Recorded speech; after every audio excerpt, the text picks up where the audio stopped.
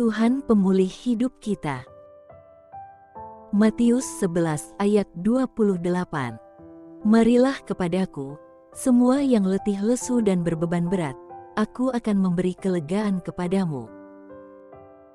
Jangan khawatir akan bakat dan berkat yang tidak kita miliki. Jangan menginginkan kekuatan yang dimiliki orang lain. Kita hanya perlu mengembangkan keunikan dalam diri kita sendiri, dan lakukanlah itu untuk membuat perkara besar bagi hidup kita. Jadi lakukan panggilan dan tugas kita dengan sebaik-baiknya, sesuai dengan karunia dan bakat yang telah Tuhan berikan kepada kita. Cetak prestasi dan hasilkan karya-karya yang hebat untuk Tuhan dan sesama. Tahukah Anda, Tuhan kita luar biasa?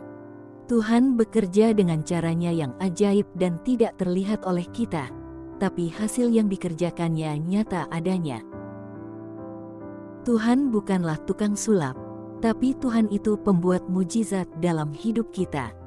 Kebesaran Tuhan itu dinyatakan lewat Dia, dengan memperhatikan hal-hal kecil di dalam hidup kita. Tuhan tahu dikala kita merasa sendiri. Tuhan tahu dikala kita merasa tidak mampu.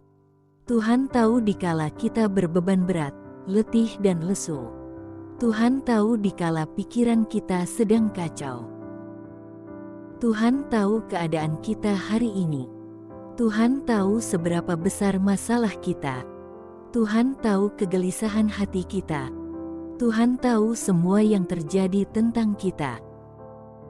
Karena dikala kita mulai merasa lelah dan tidak berdaya, Tuhan selalu tahu cara mengangkat kita. Karena dikala kita mulai merasa tidak sanggup lagi, Tuhan selalu tahu cara menguatkan kita. Karena dikala kita mulai merasa sesak dan resah dengan semua beban kita, Tuhan selalu tahu cara menenangkan kita. Karena dikala kita mulai tidak tahu lagi harus kemana, Tuhan menunjukkan jalan untuk kita kembali kepadanya. Marilah datang kepadaku, semua yang letih lesu dan berbeban berat, aku akan memberi kelegaan kepadamu. Percayalah bahwa Tuhan pemulih hidup kita. Yesaya 42 ayat 3. Buluh yang patah terkulai tidak akan diputuskannya, dan sumbu yang pudar nyalanya tidak akan dipadamkannya, tetapi dengan setia Ia akan menyatakan hukum. Tuhan Yesus memberkati.